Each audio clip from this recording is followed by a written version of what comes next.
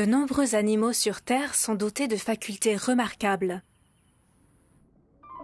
dont une à la fois belle et étonnante. La faculté d'émettre de la lumière, aussi appelée bioluminescence. Mais pourquoi certains êtres vivants brillent-ils ?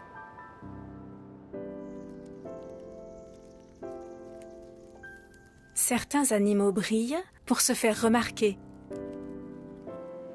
La luciole combine deux substances chimiques pour émettre de la lumière et attirer ainsi l'attention d'un partenaire.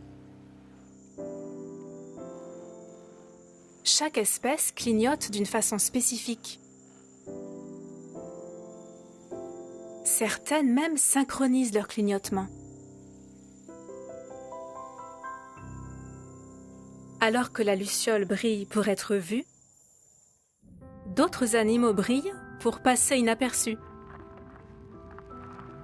Longue d'environ 3 cm, la sépiole est une experte en camouflage. Mais quand elle sort la nuit pour se nourrir, elle est vulnérable.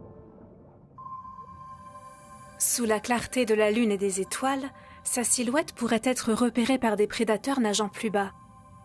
Son ventre émet donc une lumière qui imite celle d'en haut, et c'est ainsi qu'elle se rend invisible.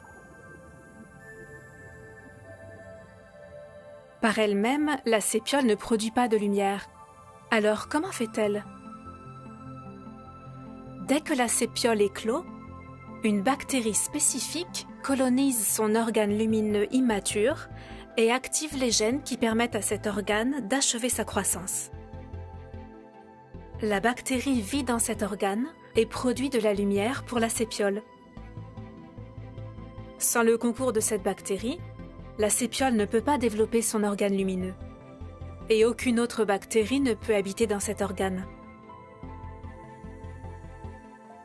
Cette capacité qu'ont certains êtres vivants d'émettre de la lumière n'est pas seulement belle, mais c'est aussi une merveille de rendement énergétique.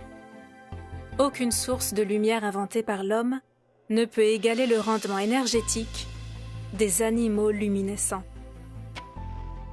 Mais un mécanisme élégant et efficace comme celui-là n'est pas aussi simple que le craquement d'une allumette.